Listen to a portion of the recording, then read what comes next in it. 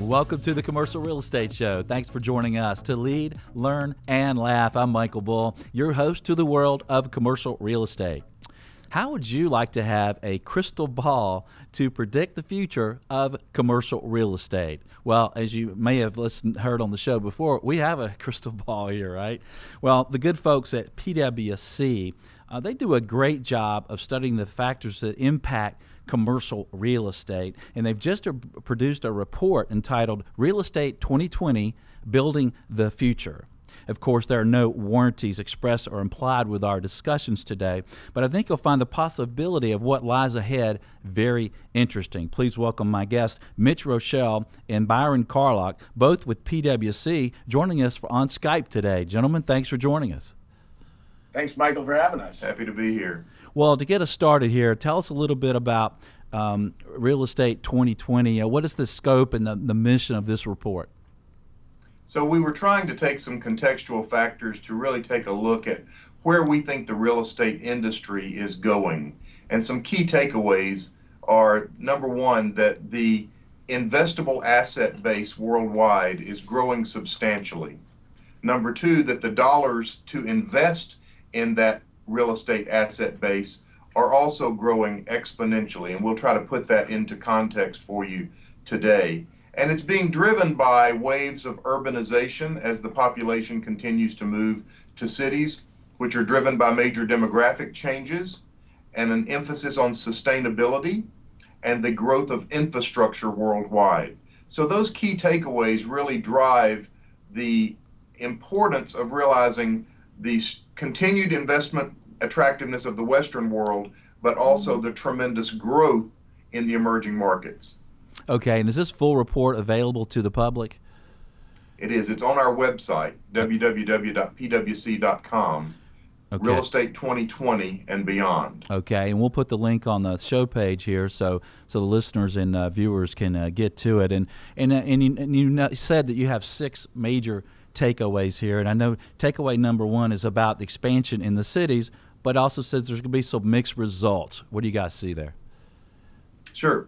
Well, so there are 2 facts to consider there. Number 1, around the world, people continue to move from rural locations to urban locations, and there will be a 75% rise in urban population by 2050, which means that by 2050, 2/3 of the world's population will live in cities.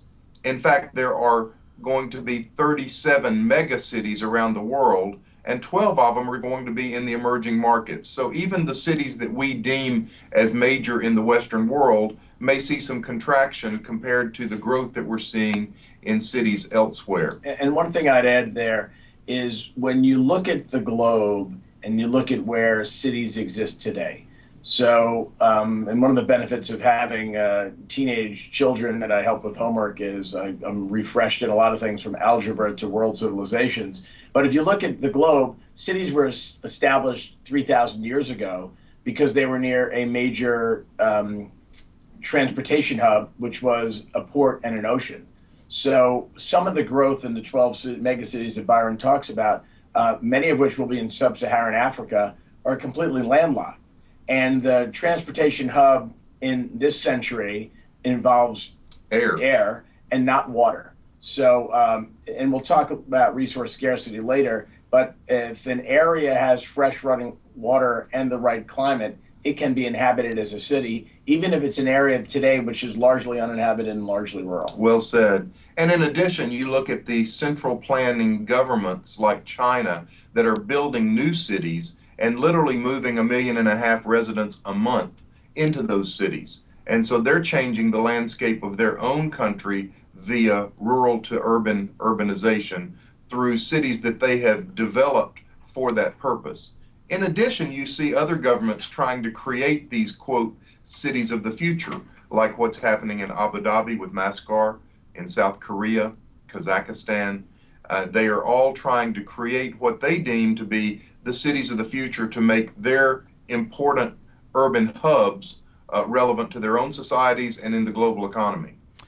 Okay, so you expect that we're going to see a lot more dense development then? Yeah, and if you think about it, and obviously this is a global report, so let's take it local for a second. And Byron and I are in New York City today. We're urbanizing New York City in a way that it hasn't been urbanized before. You know, some people used to call it gentrification, where you took a neighborhood that was potentially run down or had another use, like an industrial use, like the meatpacking district in Manhattan, or some neighborhoods in Brooklyn that were more industrial, and we've turned them into residential neighborhoods. But what we're doing is we're increasing the urban footprint in big cities like New York. And I think that that's a trend that you will continue to see across the country in these megacities, because the aging population wants to stay there, and the new population, the millennials, want to be there. So we have this convergence of the older and the younger generations wanting to live in urban areas and to be less car dependent. So that's why you have the popularity rising greatly. And it's in the government's best interest because they can increase the tax base in those municipalities. But to your point, it comes with the planning need for increased densification. And that includes higher density developments, improved transportation arrangements to move people around, as well as what happens at what we call transit-oriented development stops that become transportation hubs with development around them that include retail, office, and living arrangements, be they multifamily rental or condos. In the rental markets, you're seeing the growth of these micro apartments to pack more apartments into a footprint, some as small as 500 square feet. And those are designed for this new millennial lifestyle, and is an example of the densification that we're seeing in some of our cities. By the way, 500 square feet, if I compare it to the first apartment I had in Manhattan, that's a palace. It's all relative. It's interesting. If you think about creating a new urban area, whether it be a totally unpopulated area or a what I'll call a repurposed area, what do you need? And some of these are tail and some of them are dog, but you need housing, you need retail infrastructure, you need education, and you need healthcare. Okay, two of those three are more infrastructure. Okay, one could argue that perhaps retail is infrastructure, but I think it's also commerce. But those are the four basic needs. Then the last thing you need is transportation. And I think there's a very fine line, and we can talk about this more perhaps after the break, but there's a very fine line between where the government is and where the government isn't in terms of some of that urbanization. But I think the partnership between government/municipality and private investment is really where the future lies for the commercial real estate and the residential real estate asset classes.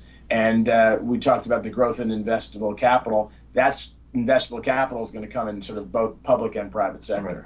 Yeah, and later in the show, we're going to give 6 ways to prepare and take advantage of what's going to happen in the future. And let's go back to the takeaways. Let's look at takeaway number 2 about the unprecedented shifts in population and how that's going to drive demand for real estate. What do you expect to see there? And maybe I'll step back and give a little bit of a megatrend that puts that into context, okay? Because the shift in population is obviously births, but it's also aging. So if you go back to 2050, 8% of the world's population was over the age of 60. If you go to the year 2000, 10% of the world's population was over the age of 60. If you go to 2050, okay, 21% of the world's population is over the age of 60. So that's a doubling in 50 years of the over 60 population, whereas in the 50 years before that, we only had a 2% increase, 2 percentage points increase. So I think it's really important to remember that a lot of this population growth isn't the birth of new children as much as it's the aging of our generation. And those are advances in science and advances in healthcare and the ability to communicate those advances around the planet that are really leading to an aging population and thus a growing population. and we're short on the break here, so you see a lot more need for assisted living and senior housing, right? Absolutely. Right. And that doesn't even include what's happening in the emerging markets. Correct. Where you'll start to see 60% of the world's construction activity going on there. That's interesting. All right, well, stay with us. We're going to have more on these 6 takeaways, and then we're going to get 6 ways to take advantage of what's going to happen in the future. So stay with us. More on Real Estate 2020 from PwC. I'm Michael Bull. This is the Commercial Real Estate Show. We'll be right back. The Commercial Real Estate Show is brought to you in part by Florida International University. With FIU's Fast Track system, you can earn your master's in real estate in just 10 months without interrupting your career. Visit FIUonline.com to learn more. That's FIUonline.com.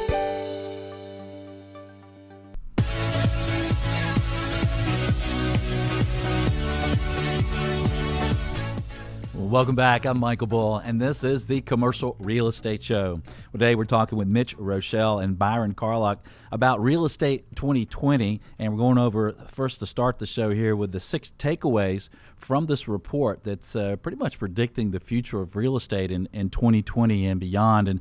And takeaway number 3 was the emerging markets growth ratchets up competition for assets. What do you mean there, guys? So let me sort of take that, and I'll let Byron deal with the competition piece, but let me just frame the emerging markets and the size thereof. So if we go back to 2009, the G7, and I'll define the G7 as the United States, Japan, Germany, the UK, France, Italy, and Canada, the GDP of the G7 was about 50% larger than the GDP of the E7, and the E7 will be China, India, Brazil, Russia, Indonesia, Mexico, and Turkey, okay? But if we take that out to 2050, the GDP, this is US dollars of GDP in trillions, $138.2 trillion of GDP for the E7 compared to 69.3 trillion for the G7. So we're going to see in the next, call it 50 years, from 2009 to 2050, a doubling of the size of the economy of the emerging markets as compared to the G7.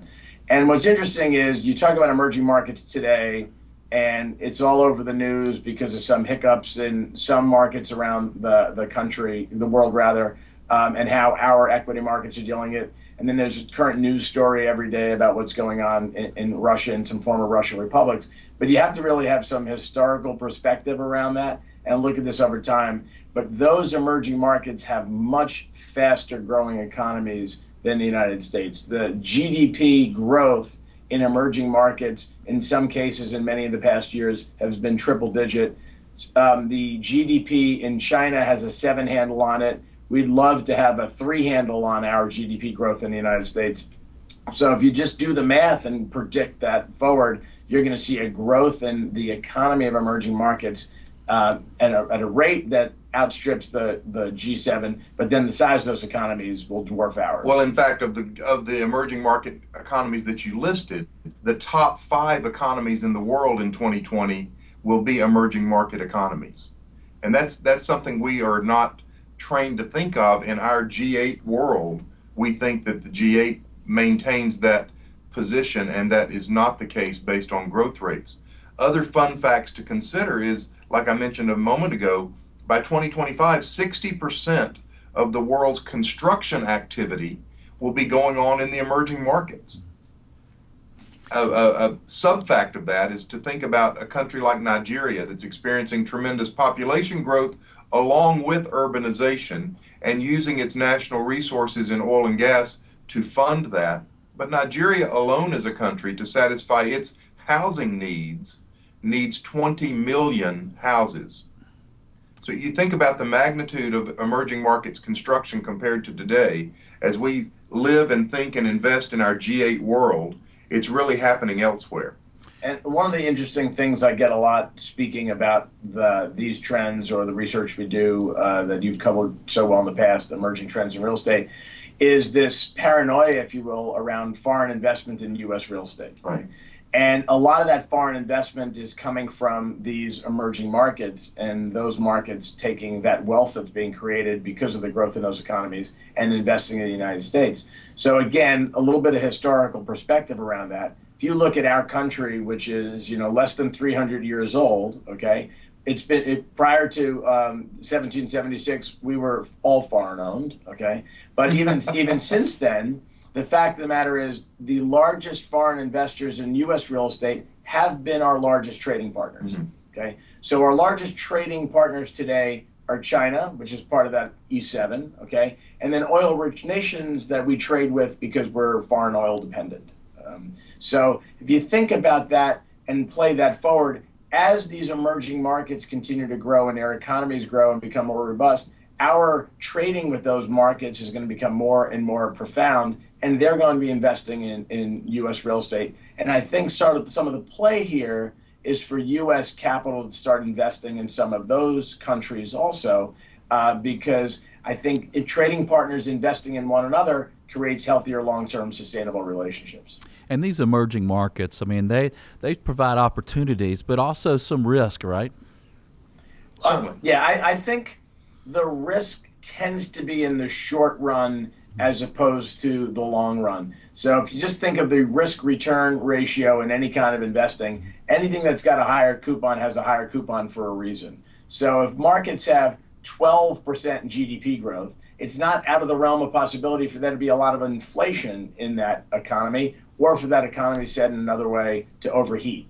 And it's the short-term overheating of those economies that causes some of the imbalances, whether they be currency imbalances or just sort of trade volume imbalances. But if you look at the opportunities for investment in emerging markets over time, I think you'll realize that once upon a time, 250 years ago, the United States was an emerging market, that those who invested in it did very well. Okay. So if you look at the asset management business globally, as it grows to $101 trillion, a percentage of that is dedicated to real estate, usually 5 to 15%. And so we look at what do investors want as they're evaluating that risk-return continuum. And 70% of the market still wants what is known as core investment, that is stabilized office, industrial, retail, or multifamily properties. And North America is still a favored venue for that because of perceived safety and transparency in the financial reporting. London last year was the top investment destination as a single city, also again for perceived safety, mostly from the wealth of the rising middle class, the rising high net worth population in the emerging markets seeking to have diversified exposure in a city like London. Meanwhile, the U.S. continued to receive increased foreign investment for the desire to have safety and stability and transparency. Then beyond that core, you can move up the risk spectrum to mezzanine lending, development, and then of course development in the emerging markets, to Mitch's point, that might be perceived in the short run of having tremendous risk, but 5, 10, 15 years from now, those are going to be the stabilized investments that have, in many cases, the same attractiveness that the core investments do in the U.S. And I think one of the challenges people always have with U.S. capital investing abroad is there isn't some of the safeguards in foreign investing that exist in the United States. And it revolves around transparency, not just in our legal system, transparency in terms of how one interacts with government, and transparency in terms of financial reporting. And that doesn't exist consistently around the planet, and I think that that's one of the challenges that U.S. investors have had when investing abroad. But I think if you wrap your brain around asset allocation theory, not having a significant slice in emerging markets would be a mistake in a liquid investment portfolio, then I think it similarly would be a bit of a mistake in an illiquid investment portfolio of a durable asset class like real estate. Right. Yeah, well, there's certainly some interesting times ahead of us, and you guys have a great perspective. And again, that link to the report will be on our show website. So more on Real Estate 2020 with PwC. I'm Michael Bull. This is the Commercial Real Estate Show. We'll be right back. The Commercial Real Estate Show is brought to you in part by your friends at Bull Realty. When your business requires proven performance, visit bullrealty.com or call 800-408-BULL.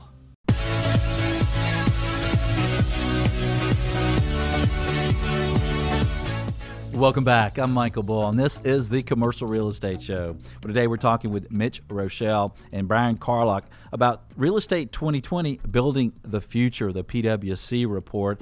And we're talking about the 6 takeaways. And takeaway number 4 is very interesting. We just did a show on this, and I think there's a huge future here. But takeaway 4 is sustainability transform designs of buildings and developments. Guys, what do you have there? So let me give a little sort of megatrend background to it. If we look at the year 2030, there'll be 8.3 billion people on the planet. It's going to be crowded. So not too far in the future, 8.3 billion people on the planet. In order to provide for that population, we're going to need, compared to today, 50% more energy, 40% more water, and 35% more food. So I like to say that before we talk about sustainability, only because I think it puts into context the fact that we have a resource scarcity problem on this planet, which we're going to need to solve for, because as we mentioned earlier in a previous segment, we have this growing population, mostly from aging.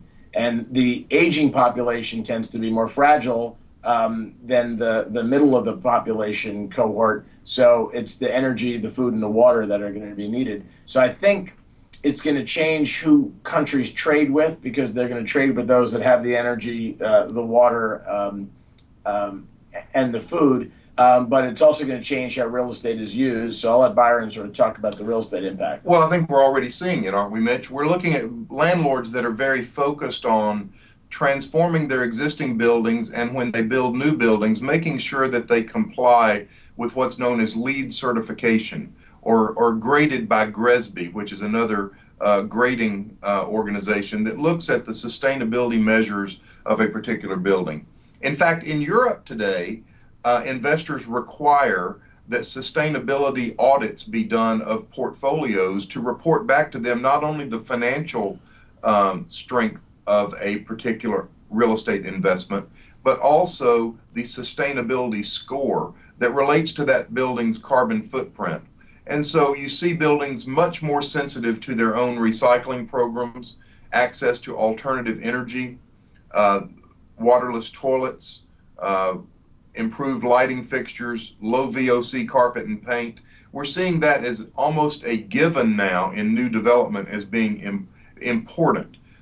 It's also moving into retrofit of how certain real estate dependent companies try to be energy efficient or even energy self-sufficient, such as retailers putting solar panels on their roofs so that they can power themselves if there's a failure in the grid, or if they want to show that their operation can be self-sustainable without having to draw power from the grid. And in some cases, they're even selling power to the grid. And one of the things that's interesting when you talk about power and grid is if you take your basic office, people leave and they turn the lights off, right? So I think of sort of the my parents' generation, who were children of the Great Depression or grew up in the wake of the Great Depression. They were always screaming at us growing up because we were never turning light switches off. Okay, so we turn off all the light switches, but everything we have plugged into an outlet is still humming. Okay, the television, the monitor, okay, the number of devices that are plugged into chargers that are already fully charged but still humming because they're still plugged into the charger. So that's one of the challenges that businesses have today with energy efficiency, because they're constantly keeping plugged in all of these devices because they're hooked up to the grid and they're vital to the operations of the business, but they're not the light switch, which is what people think about when they think about power. That's right. Right, and these utilities, with that much demand, they're going to get expensive. So sustainability is a way to cut down those costs, right? And you can hedge the variability of energy costs all you want. The problem is, if I look at my own utility bill, it's going through the roof from a rate perspective, and I can't wrap my head around it because I say, wait a second, the fuel costs haven't gone up, and I would think that, regular energy is dependent upon fuel costs. But the fact of the matter is how sensitive energy cost is to natural disasters that take place. This has been an awful winter in terms of energy costs across the United States because of the bitter cold. And all the disruption to the continuous flow of power up and down the East Coast. And think about down in Atlanta, you've had like record cold and record, precipitation impacting the power grid. So that's just our little microcosm. And then let's project that around the world to new emerging markets that are getting energy literally for the first time, that are so thrilled to have it, that aren't going to understand the concept of conservation around it because it's such a new phenomenon. There are parts of the world that are oil rich that take for granted the cost and scarcity of energy because it's pumping right out of the ground. They leave windows open in countries that are 100 degrees and run the air conditioning because they just don't think about the cost of it. So I think there's also an educational process that needs to take place. So I'll go back to something we said earlier. We have a millennial demographic. All right, we're going to have more on Real Estate 2020 in just a moment. I'm Michael Bull. We'll be right back.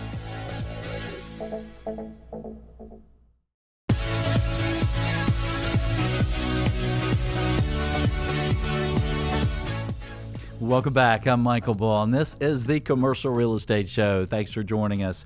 We're talking with Mitch Rochelle and Byron Carlock about Real Estate 2020, Building the Future. We're talking about some of the 6 takeaways, and takeaway number 5 is the disruption of technology. What should we expect there?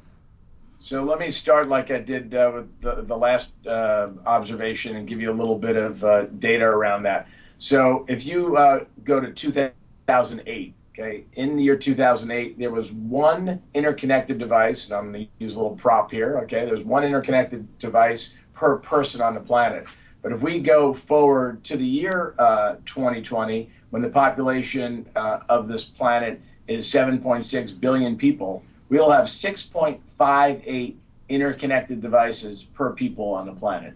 And I think, and I'll turn it to Byron for what the real estate impact of that is, but clearly the use of interconnected devices is going to change commerce and thus change the use of commercial real estate and residential real estate. Well, we see it in many ways. I mean, first of all, you see the growth in e-commerce on the retail formats of how people are buying and selling goods, and that's impacting the way industrial goods are distributed to reach the fulfillment needs of what's been sold on the internet. And then you see the different ways that people are using their offices than they used to by using technology to communicate, flex time. You're not in the office necessarily 5 days a week, and it's changing the way we telecommute versus in-person activity. I mean, we're doing it right now. Yeah. We could have flown to Atlanta to see Michael's beautiful face in person, but we're sitting in New York. Byron's based in Dallas. He was in New York for business, and we're Skyping in, and I think that's really changing the use of real estate. Because technology is doing that, exactly. So you believe this use of technology then is going to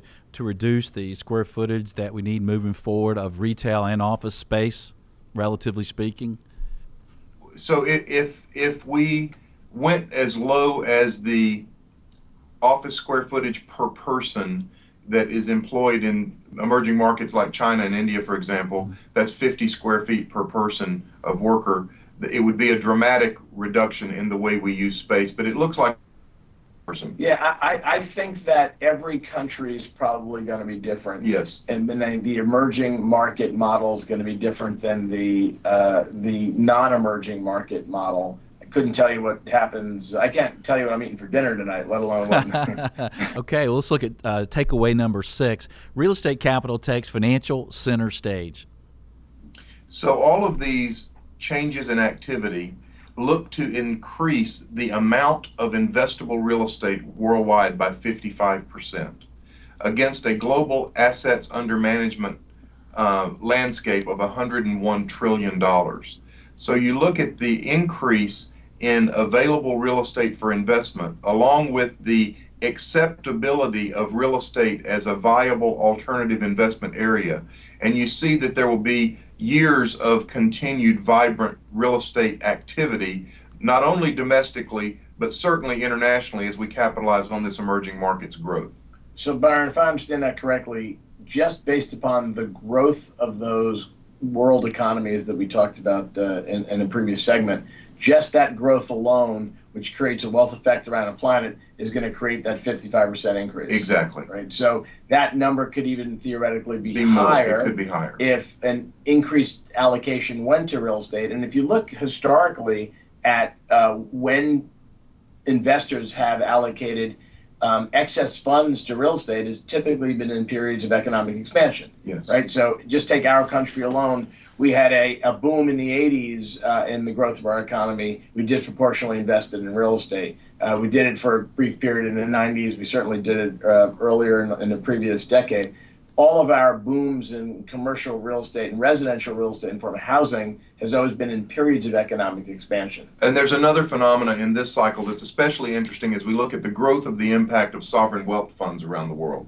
Currently a $6 trillion audience, and these are the treasuries of certain emerging market and natural resource rich countries that are investing their national treasuries into assets around the world, real estate being a component of that. So you look at that $6 trillion audience expected to grow to $13 trillion by 2020, allocating a percentage of their treasuries to investment in real estate. That's also being a big contributor to the dollars that are going into the space. And if my theory that I expressed earlier about countries investing with their trading partners, those sovereign wealth funds will end up investing outside of their homeland into some of these emerging markets because they're now becoming trading partners with them. Exactly. Right? So the other thing to just mention in what's left before the break is the interconnection between the construction spend and the growth in the economy. So if these economies are growing and building is taking place, one of the biggest job engines in that country is going to be the building of that country, which is construction industry. So the linkage between construction, the linkage between construction and government, and the linkage between construction, government, and real estate can't be ignored. No. So the public-private partnership that exists between a municipality or a government and the private investors and the construction company, I think, is the model. In the United States, we've unbundled construction and real estate development. They tend to be different businesses. I think you'll see more vertical and horizontal integration in emerging markets between those two businesses, with the government being a piece of that. Well, the infrastructure cannot be denied, and that dollar expenditure on infrastructure could be as much as $50 trillion. And that's the expansion of airports, roads, bridges, tollways, hospitals, schools. That infrastructure will command tremendous amount of dollars in these public-private partnerships, as you expressed, but lead to tremendous real estate and construction activity. Well, there's a public-private partnership on my street because if the town doesn't fix the potholes, I'm going to do it myself. Well, the funds are going to come from everywhere between now and 2020, right? Well, I'm Michael Bull. This is the Commercial Real Estate Show. More on Real Estate 2020 in just a moment.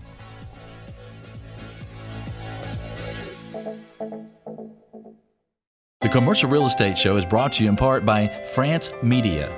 France Media provides exposure to the world of commercial real estate. Visit francemediainc.com or call 404-832-8262.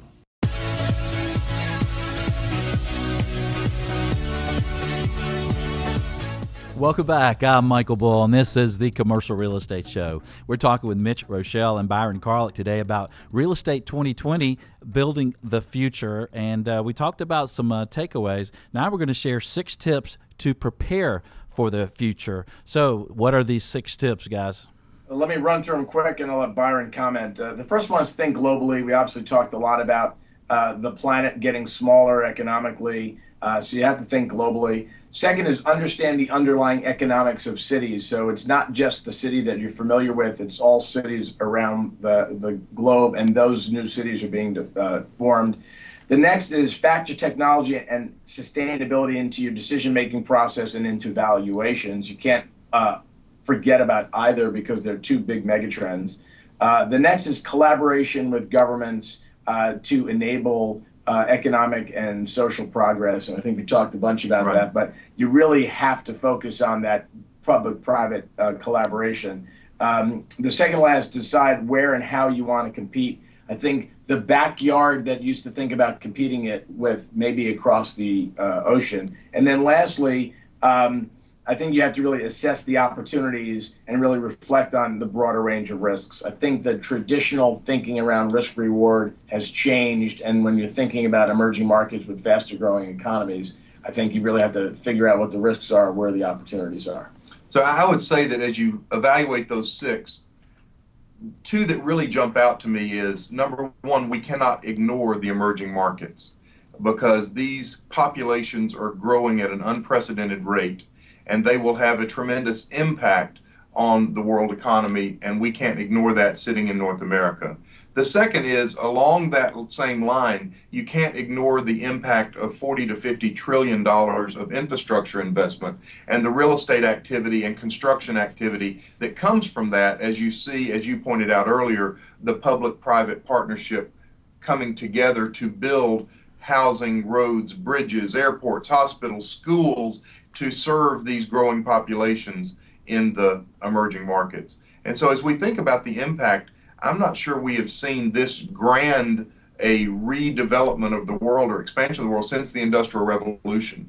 And it's not to be understated, because when you look at the population in sub-Saharan Africa and you look at the growth of the economies in China, India, Brazil, Mexico, Indonesia, Turkey, there is a lot of activity going on that is supported by real estate activity that is born of this infrastructure investment and public-private partnership, and frankly will create great investment opportunities for all of us. And I think if you think about the investment model for real estate in the future, so it's 2020 and beyond, it's going to have multiple pieces of it. It's going to be just investment capital, it's going to be active capital like a developer, it's going to be active work like a construction company, and then it's going to be government. And I think all of those factors working together are going to be the model. And you don't have to look past some of the airport redevelopments that have taken place in our own backyard. Okay, that's the model for those. It's those four elements of capital working together as a team to redevelop infrastructure. So there's going to be a very blurred line between what's infrastructure and what's real estate in the future. Okay, and give us 2 sentences on number 2 again, understanding the underlying economics of cities. Well, I think you have to look at this urbanization wave to choose the cities where you invest. But to that point, you'll have a spectrum of investments ranging from core, which may not yield as much as mezzanine, which may not yield as much as being an equity partner in a development. But as you choose your locations, realizing the pros and cons of that particular city, you have to take in all of these trends to analyze what you think is the city that meets the definitions of a good place for investment. And the city of today is probably not the city of tomorrow, and vice versa. Well, gentlemen, well said. Thanks for joining us today. We appreciate it. Thanks for having us, Michael. If you'd like more information from this report, we'll have the link at the show webpage. Thanks for joining us today. Until next week, be sure that you always lead, learn, and laugh, and join us for the Commercial Real Estate Show. The Commercial Real Estate Show is brought to you by Atlanta Office Liquidators, new and used furniture liquidators, France Media, publications and conferences, Florida International University, Real Crowd, and Bull Realty Commercial Brokerage, a great place to do business. For more information on these companies or to access additional podcasts, videos, or blogs, visit commercialrealestateshow.com.